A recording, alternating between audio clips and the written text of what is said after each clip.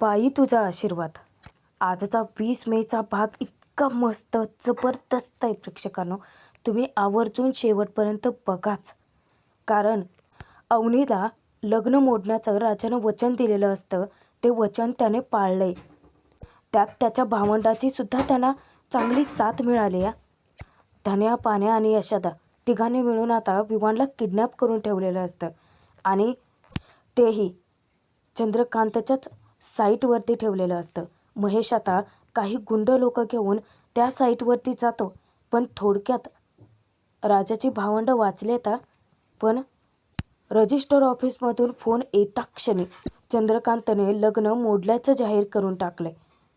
पण आता सगळ्यात मोठा ट्विस्ट आला आहे प्रेक्षकांनो, कारण विवान सुटतो, या राजाची भावंडं त्याला सोडून देतात आणि तेव्हाच तो अवनीवरतीच संशय घेतो की अवनीला लग्न करायचं नव्हतं म्हणून तिनेच हे सगळं. आणि तेव्हाच चंद्रकांत चवताळून उठलाय आणि त्याचवेळी खूप मोठी गडबड झाली की अवनी राजाला थँक्यू म्हणत त्याला अचानक मिठी मारली आहे त्याने. पण आता चंद्रकांतने त्या दोघांना पाहिलं असेल का? अवनीचं लग्न मोडण्यात राजाचा हात आहे हे त्याला कळेल का? आणि जर कळलं तर मग तो काय पाऊल उचलेल त्यांच्या विरोधात, बघूयात. त्यासाठी भाग शेवटपर्यंत आवर्जून बघा. आणि प्रेक्षकांनो, आपल्या व्हिडिओला हाय पॉईंट जरूर द्या. भाग कसा वाटतो ते कमेंट करून कळवत चला. आता अवनी लग्न करून जाणार म्हणूनच चंद्रकांत खूपच हळवा होतो. तिला सांगतो की मुलगी म्हणजे परक्याचं धन असं लोक म्हणतात, पण मला पटतच नाही ते. अगं, उलट मुलगी म्हणजे 2 कुटुंबांना जोडणारा दुवा असतो, 2 कुटुंबाचा अभिमान स्वाभिमान असतो आणि त्याला अश्रू अनावर होतात. एक तर तो अवनीच्या समोरच अवनीसाठी हमसून हमसून रडायला लागतो. अवनीसुद्धा खूप इमोशनल होते. पण मध्येच महेश येतो आणि सांगतो की बाबा सगळी तयारी झाली, आपल्याला निघावं लागेल आता. तेव्हा तो आता हसऱ्या चेहऱ्याने अवनीला सांगतो की चला आपल्याला जावं लागेल. काय आहे, रजिस्टर लग्न असलं ना तरी त्यालाही वेळ असते. तेव्हा अवनीची आई देवाला नमस्कार करण्यासाठी अवनीला घेऊन जाते. अवनी, स्वाती आणि तिची आई तिघेही एकत्रित हात जोडून देवाकडे प्रार्थना करतात, गणपती बाप्पाकडे, की हे लग्न निर्विघ्नपणे पार पडू देत. पण त्या उलट अवनीची प्रार्थना असते की आता तूच काहीतरी कर. गणपती बाप्पा नाही, पण राजाने मात्र कांड केलंच आहे. अवनीचं लग्न मोडण्यासाठी चक्क त्याने खूप मोठा धोका पत्करलाय. बाहेर वाट पाहत असलेला राजा जेव्हा पाहुण्यांसोबत चंद्रकांत महेशला घराबाहेर पडताना पाहतो, तेव्हा मात्र त्याच्या काळजात धडकी भरते. सतत त्याला टेन्शन येतं की पाण्यान धन्याने त्याचं काम केलं असेल का नसेल. पण इतक्यातच विवानचे आईवडील जेव्हा इकडे देशपांडेंच्या घरी येतात ना, विवानची आई खूपच रडत असते आणि ती रडतच चंद्रकांतकडे जाते. चंद्रकांत हैराण होतो, त्याला कळत नाही. तो तिला सांगतो की हे बघा, तुम्ही रडू नका, तुम्ही आत चला बरं. तो त्या दोघांनाही आत घेऊन जातो. आता राजाचा आनंद ककनात मावेनासा होतो. आता त्या खोटक्या विमानाची आई रडता रडता आली आहे म्हणजे पाण्यान धन्यानं माझं काम केलेलं दिसतंय. देवी आईचा उदो उदो म्हणत तो आनंद साजरा करतो. इतका वेळ तर राजाला मनात भीती वाटत होती की जर पाण्यान धन्यानं त्याचं काम व्यवस्थित नाही केलं तर अवनीला तो काय तोंड दाखवेल. मोठ्या टेचात तिला शब्द दिला होता ना की तो लग्न मोडेलच. आता आतमध्ये चंद्रकांत स्वातीला विवानच्या आईवडिलांसाठी पाणी घेऊन यायला लावतो. विवानचे आईवडील दोघेही विवानसाठी रडत असतात. राजा गुपचूप बाहेरून डोकावतो. नक्की काय आणि कसं झालं तोही ऐकण्यासाठी उत्सुक असतोच. चंद्रकांत त्या दोघांनाही विचारतो की हे बघा, तुम्ही शांत व्हा आणि प्लीज मला सांगा की नक्की काय झालं ते. तर आता प्रेक्षकांना आपल्याला दाखवले त्यांनी की रजिस्टर ऑफिसमध्ये जाण्यापूर्वीच आता विवान आणि अवनी दोघांचं लग्न होणार म्हणजे हार तर हवेच ना. आणि तेच घेण्यासाठी रस्त्यात विवाने गाडी थांबवली होती हाराच्या स्टॉलजवळ. आणि तो रस्ता ओलांडत असतानाच अचानक एक गाडी आली, त्यातून 2 गुंड बाहेर पडले. आता ते कोण आहेत आपल्यालाही माहिती आहे. अर्थात राजाची भावंड पाण्या आणि धन्या दोघांनीही चेहरा लपवलेला असतो. विवानला ते गाडीत ओढतात आणि किडनॅप करून घेऊन जातात. विवानचे आई वडील जीवाच्या आकांत्याने ओरडत असतात विवानसाठी, पण शेवटी विवान त्यांच्या हाती लागतच नाही. आणि जे काही घडलं ते ऐकून चंद्रकांतच्या तळपायाच्या मस्तकात जाते. तो विचार करतो की चंद्रकांत देशपांडेच्या होणाऱ्या जावयाला किडनॅप करायची हिंमत कोणाची झालीच कशी. विवानची आई रडता रडता सांगते की काय झालं, कसं झालं, आम्हाला काहीच कळलं नाही हो. त्याचे बाबाही सांगतात की अचानकच सगळं घडलं. महेश विचारतो की पण त्या किडनॅपरच्या गाडीचा तुम्ही नंबर बघितलात का? तेव्हा त्याचे बाबा सांगतात की नाही, हे सगळं इतकं अचानक घडलं ना की काही कळायलाच मार्ग नव्हता. आता सुरुवातीला महेशने असा प्रश्न विचारता राजाला धडकी भरली होती, पण आता त्या दोघांनी गाडीचा नंबर पाहिलाच नाही म्हटल्यानंतर आता कुठे त्या विश्वासा टाकतो. पण अवनीला इतका आनंद झालाय ना, मनातच ते आता विचार करते की विवान किडनॅप झालाय, या राजाने तर काही केलं नसेल ना. आणि ती तिरप्या नजरेने राजाकडे बघते. आता राजाचंही लक्ष तिच्याकडे जातं. तेव्हा तो हसतो आणि थाटात आपली कॉलर उडवतो. त्याच एका इशाऱ्यावरून अवनीला कळतं की हे काम राजाचंच आहे. लग्न मोडण्यासाठी त्याने विमानला किडनॅप केले. अवनी इतकी खुश असते त्याच्यावरती. तेव्हा अवनी गालातच हसत असते. राजा तिला आता तोंडावरती बोट ठेवून शांत राहायला सांगतो आणि तिला इशाराही करतो की नंतर सांगेनच नक्की सगळं कसं प्लॅन केलं त्याने. आता विवानला इकडे किडनॅप केलेलं असतं आणि विवान मोठ्या मोठ्याने आरडाओरडा करत असतो की सोडा मला, तुम्हाला माहिती आहे का मी कोण आहे, माझ्या भरपूर ओळखी आहेत, मी तुम्हाला सोडणार नाही. तेव्हा पाण्याचं तळपायाच्या मस्तकात जाते आणि तो जाऊन सनकने एक विवानच्या थोबाडीत लगावतो. आता विवान बरोबर जागेवर येतो आणि तो पाण्यासमोर भीक मागायला लागतो. गयावया करतो की प्लीज सोडा मला, हे बघा तुम्हाला हवे तितके पैसे देईन मी, मी कॅनडाचा सिटिझन आहे, हवं तर मी तुम्हाला डॉलरमध्ये पैसे घेईन. त्यावर पाण्या म्हणतो की तुझे ते डॉलरची चिल्लर आहे ना, घाल तुझ्या खिशात. धन्या इशारा करून विचारतो की हे पुढं काय करायचं. तेव्हा विवान म्हणतो की मी मी मी सांगतो ना तुम्हाला पुढे काय करायचं, तुम्ही प्लीज मला सोडा, मी तुम्हाला हवे तितके पैसे देईन. आता त्याचं तोंड असं बंद होणार नाही म्हणून पाण्या रागाने त्याच्या तोंडात पोळाच कोंबतो. पण आता इथे एक खूप मोठा बॉम्ब फुटतो, कारण नेमकं त्याच साईटवरती अचानक यशोदाची ऊंट टपकतो. यशोदा पाण्यात धन्याला बघता क्षणी जाब विचारतो की तुम्ही काय करून राहिले इथं. आणि तो जबरदस्ती जाऊन जेव्हा विवानला किडनॅप केल्याचं बघतो ना, आता मात्र यशोदाला जबरदस्त धक्काच बसतो. आता तो विमानला सोडायला जाणार, धन्या आणि पाण्या त्याला ओढत बाजूला घेऊन येतात. यशोदा त्यांना ओरडतो की तुमचं डोकं फिरलंय का, अरे गुन्हेगारी करून राहिले तुम्ही. तेव्हा पाण्या म्हणतो की ऐ यशोदा, आपल्या भावासाठी करतोय.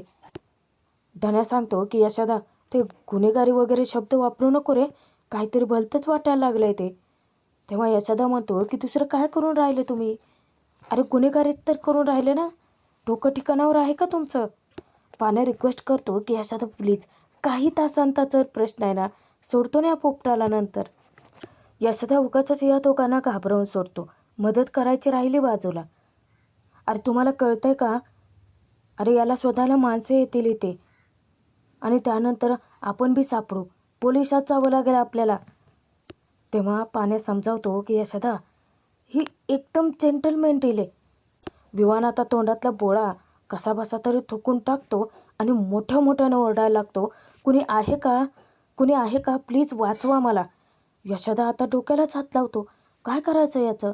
पण पाण्यात चवताळून उठतो. पाण्यात जाऊन आता विवानला धमकावतो त्याचं तोंड बंद करण्यासाठी. गळ्यावरती त्याने आता सुरा नाही पाना ठेवलेला असतो. ए आरडाओरडा करू नकोस, नाहीतर फुकट खपशील इथंच, एकदम शांत राहायचा. काय आहे बघितलं ना माझ्या हातात, हत्यार आहे हत्यार. यशोदा धक्क्याने विचारतो की ही कसली जेंटलमॅन डील आहे तुमची. तेव्हा पाण्या दाखवतो की हत्यार वगैरे काही नाही आहे, खरं तर तो पान आहे, फक्त विवानला तो घाबरवण्याचा प्रयत्न करतो. इकडे विवानच्या आईवडिलांचं रडणंच थांबत नसतं. तेव्हा विवानची आई सांगते की कुणाशी भांडण नाही, तंटा नाही, वाद नाही. अहो आमच्या मुलाला आमच्या नजरेसमोरून गायब केलं हो, तरी चंद्रकांत त्यांना विचारतो की हे बघा तुमचं वाद वगैरे काही चालू होतं का, म्हणजे प्रॉपर्टीवरून जागेवरून असं काही. विवानचे बाबा सांगतात की नाही हो, अहो मी माझ्या आईवडिलांना एकुलता एक आहे आणि विवानसुद्धा आमचा एकुलता एक मुलगा आहे, शिवाय तो कॅनडाला असतो, त्यामुळे प्रॉपर्टीवरून वगैरे वाद होण्याचा प्रश्नच उद्भवत नाही. पण मग आता विवानसोबत हे कोणी केलं असेल, आता सर्वांनाच खूप मोठा प्रश्न सतावत असतानाच विवानची आई अचानकच चंद्रकांतला सुचवते की आपण आता पोलिसांना फोन करूयात. तेव्हा अवनी आणि राजाच्या काळजात धडकीच पडते. अवनी राजाला खुणवाखुणवी करायला लागते. राजा तिला शांत राहायला सांगतो. तेव्हा महेश म्हणतो की हां मी फोन करतोच. आता राजाला वाचवण्यासाठी स्वतः अवनी पुढे येते आणि ती पटकन त्यांना थांबवते की नाही पोलीस नको. तेव्हा सर्वजण धक्क्याने तिच्याकडे बघतात. अवनी आता पटकन सारवासारव करते की नाही म्हणजे विवान त्यांच्या ताब्यात आहे ना, आणि जर आपण पोलिसांना सांगितलं असं जर त्या किडनॅपर लोकांना कळलं तर मग ते विवानसोबत काहीही करू शकतात. आता चंद्रकांतला अवनीचं म्हणणं पटतं. विवानचे वडील उठतात आणि चंद्रकांतसमोर हात पसरतात. हे बघा तुमच्या इतक्या सगळ्या ओळखी आहेत, तुमच्या ओळखीने काहीतरी होईल ना, माझ्या मुलाला सुखरूप घेऊन या ना, अशी तो रिक्वेस्ट करतो. चंद्रकांत सांगतो की हे बघा मी जरी कोणालाही फोन करून सांगितलं तरी शेवटी ते पोलिसांनाच काम सांगणार आहेत ना, आणि अवनी म्हणते ते बरोबर आहे. विवानचे वडील चंद्रकांत विवानच्या वडिलांना शांत करतो. स्वातीला त्या दोघांनाही पाणी द्यायला सांगतो आणि महेशला तो बाजूला घेऊन येतो. तेव्हाच त्याने घरातल्या सगळ्यांना ताकीद दिलेली असते की घरात जे काही घडलं ते 4 भिंतींच्या आत राहायला पाहिजे. जर यातली गोष्ट बाहेर गेली तर मग तो त्यांचं काय करेल. तेव्हा सर्वजण त्याला घाबरूनच होते. राजा पटकन लपतो तिथे. महेशला सांगतो की हे बघ आपली माणसं घे आणि कामाला लाग. विवान जिथे कुठे सापडेल ना तिथून मला पटकन फोन कर. त्यानंतर चंद्रकांत विवानच्या आईवडिलांकडे विचारपूस करतो की नक्की किती माणसं होती, गाडीचा रंग काय. तेव्हा ते सांगतात की व्हाईट कलरची गाडी होती आणि 4 जणं होती. पण त्यांचा चेहरा मात्र दिसला नाही, कारण त्यांनी माकड टोपी घातली होती चेहऱ्यावरती. तेव्हा कुठे राजाच्या जीवात जीव येतो. पण अवनीलाही खूप टेन्शन आलं. इकडे यशोदाला इतकं टेन्शन आलेलं असताना धान्यानपण्या मस्त आपलं मोबाईलमध्ये गेम खेळत बसलेले असतात. यशोदा जाऊन आता विवानकडे डोकावून पाहतो आणि येऊन पाण्याच्या पाठीत धपाटा घालतो. तिथे माणूस किडनॅप करून आणून ठेवले आणि गेम काय खेळत बसले रे तुम्ही. धन्या म्हणतो की यशोदा टेन्शन काय तुलाच येऊन राहिलं का, आम्हाला पण येत आहे ना. आणि पाण्या म्हणतो की ही काय आपलं रोजचं काम आहे का, पहिलीच खेप आहे ना. म्हटलं आता त्याच्यावरती किती वेळ वॉच ठेवत बसणार, त्यापेक्षा आपलं गेम खेळूयात. इतक्यात विवानचा आवाज येतो. विवान मोठ्याने हाका मारतो, ऐका ना मला तहान लागले, कुणी आहे का. तोपर्यंत महेशने आता अख्ख्या शहराचा कोपरा पिंजून काढायचं ठरवलेलं असतं. शहरातल्या प्रत्येक चौकात जाऊन तो त्याच्या माणसांद्वारे विवानचा शोध घेत असतो. त्याची माणसं उतरतात, रिक्षावाला, बाईकवाला, त्यानंतर आईस्क्रीमवाला, भाजीवाले, कोणीही असं सोडत नाहीत ज्यांना विवानचा फोटो दाखवला नाही. सगळीकडे ते चौकशी करतात. यशोदाला विवानचा इतका कळवळ येतो की तो आता विवानला पाणी द्यायला जाणार. पाण्यात त्याला अडवतो की थांब माझं मी नेऊन देतो, आणि तो जातो. विवानला विचारतो की काय रे पाणी प्यायचं आहे का तुला. तेव्हा तो बाटलीचं झाकण उघडतो आणि डायरेक्ट विवानच्या तोंडालाच बाटली लावतो. विवानला जोराचा ठसका लागतो आणि त्याची ती अवस्था यशोदाला बघवतच नसते. पाण्यात त्याला आता धमकावतो की काय रे आता भूक पण लागली असेल ना, थांबा तुला खायला देतो म्हणत तो पुन्हा त्याच्या तोंडात बोळा कोंबतो आणि पुन्हा त्याला ताकीद देतो की गप्प बसायचं. यशोदाला इतकं टेन्शन आलेलं असतं ते सगळं बघून. तो आधी बाजूला जातो, खूप दूर जातो आणि राजाला फोन करतो. सुरुवातीला 2 वेळा तर राजा फोनच घेत नाही, 2 वेळा तो फोन कट करतो. पण जेव्हा तिसऱ्यांदा राजा फोन उचलतो तेव्हा यशोदा त्याला आता इतका रागवतो की राजा निलाजऱ्या, अरे शपथ घेतली होतीस तर माझी, आणि तरीसुद्धा हे कांड केलंस तो. तेव्हा राजा म्हणतो की मी नाही केलं काही. अरे दादा, मी कशाला शपथ मोडू तुझी? नाही म्हणजे जे काही केलं ते पाण्यानं दाण्यानं केलं ना. तू दिली नव्हती का त्यांना शपथ? यशोदा सांगतो की पण याला कशाला किडनॅप केलंय? तेव्हा राजा म्हणतो की हे बघ यशोदा, काही काळाचा प्रश्न आहे. तू टेन्शन घेऊ बी नको आणि मला देऊ बी नको. यशोदा आता वैतागतो. काय भाऊ आहेत यार माझे, असले वंगाळ भाऊ आहेत. मला कधी वाटलं बी नव्हतं. राजा आता यशाला सांगतो की हे बघ यशोदा, आम्ही लई पुण्याचं काम करतोय. एका मुलीचं आयुष्य एका नरधामापासून वाचवतोय आणि तो पटकन फोन ठेवूनच देतो. यशोदा डोक्याला हात लावतो की काय करायचं यांचं. पण आता सगळ्यात मोठी गडबड होत्या, कारण महेश त्याचे पंटर लोक घेऊन नेमका त्याच्याच साईटवरती आलेला असतो आणि तिथेच नेमकं वरच्या बाजूला धन्या तोंड धुताना त्याला काही गाड्या आलेले दिसतात. त्यातून ती अशी धडधाकट धिप्पाड माणसं उतरताना दिसतात आणि तो जास्तच घाबरतो. आता त्याला ओरडता पण येत नाही, म्हणून तो खानाखुणा करतो आणि पाण्याचं लक्ष जातं नेमकं. पाण्या आता हळूच येतो. तेव्हा धन्या त्याला खाली बघायला सांगतो. आता महेश आणि त्याचे पंटर लोक तिथेच असतात. आपापसात बोलत असतानाच या दोघांना इतकं टेन्शन येतं. धन्याची तर अशी फाटते ना. नाही म्हणजे तो पाण्याला सांगतो की भाऊ गेलो आपण आता. तेव्हा यशोदा ते ऐकतो आणि त्याचेही घाबरगुंडी उडते. तो त्यांच्याजवळ जाऊन बसतो आणि त्या माणसांचं निरीक्षण करतो. मेलो आपण आता.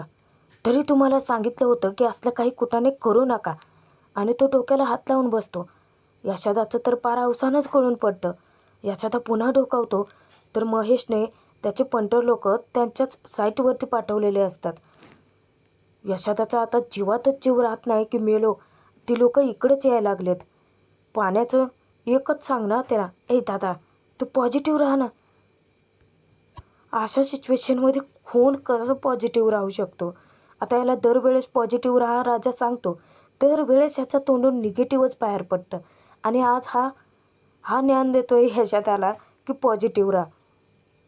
पण काहीही म्हणा, त्या तिघांची असली टरकली आहे ना त्या पंटर लोकांना बघून. इकडे अवनीच्या घरी आता तणावाचं वातावरण असतं.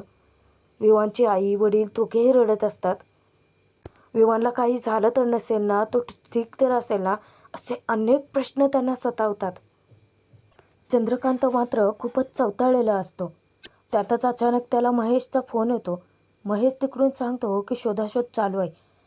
तेव्हा चवताळलेला चंद्रकांत त्याला सांगतो की शोधाशोध चालूच ठेवा आणि जर किडनॅपर सापडले ना, त्यांना तिथल्या तिथेच काढून टाका. आता अवनी पाठीमागेच असते. ते सगळं ऐकते आणि तिच्या काळजाचा ठोकाच चुकतो की एका सेकंदात ती कटाकटा पाणी पिऊन टाकते. अख्खा ग्लास रिकामा करते. मनात भीती दाटून आलेली असते. अंग थरथर कापत असतं. कारण आता या सगळ्याचा मोरक्या तर राजाचा आहे ना. अडकला तर. अवनी स्वातीला सांगते की मी आलेच आणि राजासाठी पाण्याचा ग्लास घेऊन ती किचनच्याच दरवाजातून बाहेर पडते. राजा इकडे मुलांना फुगे फुगवून देतो. ती जाम खुश होतात त्याच्यावरती. अवनी येते. अवनी येऊन राजाला पाण्याचा ग्लास देते. राजा तिला म्हणतो की बरं झालं, आज ऊन जास्त आहे. अवनी त्याला विचारते की तूच किडनॅप केलंयस ना विवानला? राजा गालातच हसतो आणि म्हणतो की बरोबर ओळखलं का मॅडम तुम्ही मला, अगदी बरोबर. तेव्हा अवनी घाबरते की तुला नाही माहिती की माझा दादा आणि बाबा कसे आहेत ते. तू त्याला पाताळात जरी काढून ठेवलं असतील ना, तरीही शोधून काढेल तो. तेव्हा राजा म्हणतो की नाही नाही नाही नाही मॅडम, या कानाचं त्या कानाला सुद्धा कळणार नाही आहे, या राजाची गॅरंटी आहे. आता राजा एवढं कॉन्फिडन्सने कसं काय सांगतोय? अवनीला प्रश्न पडणं साहजिकच आहे. त्याचं उत्तरही एका सेकंदात मिळतं. राजा स्वतः सांगतो की तुमचा दादा नाही म्हणजे अख्ख्या गावात सगळीकडे त्या विवानला पिंजून काढेल, पण तुमच्या स्वतःच्या साईटवरती कधीच नाही शोधणार. पण हा मोठा भ्रम ठरेल का राजाचा? कारण त्यांच्याच साईटवरती विमान माणसं घेऊन पोहोचलाच आहे की. सॉरी महेश. अवनीला इतकं हसू येतं. ती विचारते की काय, तू आमच्या साईटवरती विमानला किडनॅप करून ठेवलेत? तेव्हा तो भुवया उंचावतो. अवनी सांगते की तू खूप मोठी रिस्क घेतली आहेस. तेव्हा अचानकच तो बोलून जातो की मॅडम तुमच्यासाठी काय पण. अवनी अचंबित होऊन त्याच्याकडे बघते आणि त्यानंतर अवनीचा चेहरा पडतो. राजा विचारतो की काय झालं? तेव्हा अवनी मुद्दामच म्हणते की काय आहे, वातावरण जसं म्हणजे गंभीर आहे ना, तसा चेहरा बी गंभीर ठेवायला पाहिजे. राजा हसतो आणि म्हणतो की हो हो. त्यानंतर राजा पाण्याचा ग्लास देतो अवनीकडे. अवनी जाणार, ती मागे वळून त्याचे आभार मानते की थँक्यू. अवनी जेव्हा निघून जाते ना, राजाचा आनंद गगनाला भिडतो. तो आता एकट्यातच बडबडायला लागतो की थँक्यू, पाण्याचा ग्लास, आणि इतका खुश होतो स्वतःशीच. राजा इकडे मजा मारतोय, पण तिकडे त्याच्या तिन्ही भावंडाचा जीव अगदी कंठाशी आलेला असतो. कारण चंद्रकांतची माणसं नेमकं त्याच साईटवरती पोहोचलेले असतात जिथे विमानला डांबून ठेवलेलं असतं. आणि तेव्हाच पाण्या, धन्या, यशोदा तिघेही आता दबक्या पावलांनी पायऱ्या उतरण्याचा प्रयत्न करत असतात. इतक्यातच महेशचं लक्ष जातं आणि तेव्हा त्याला कळून चुकतं की ही तर त्यांचीच साईट आहे. आणि मग काय प्रेक्षकांनो, देवकृपेने राजाची भावंडं वाचतात सुद्धा. ते कसं बघा, विमान जरी तिथे असला तरीही महेश त्याच्या पंटर लोकांना फोन करून सांगतो की अरे अक्कल आहे का तुम्हाला? अरे आपली साईट आहे ना, आपल्या साईटवरती कशाला किडनॅप करून ठेवतील ते?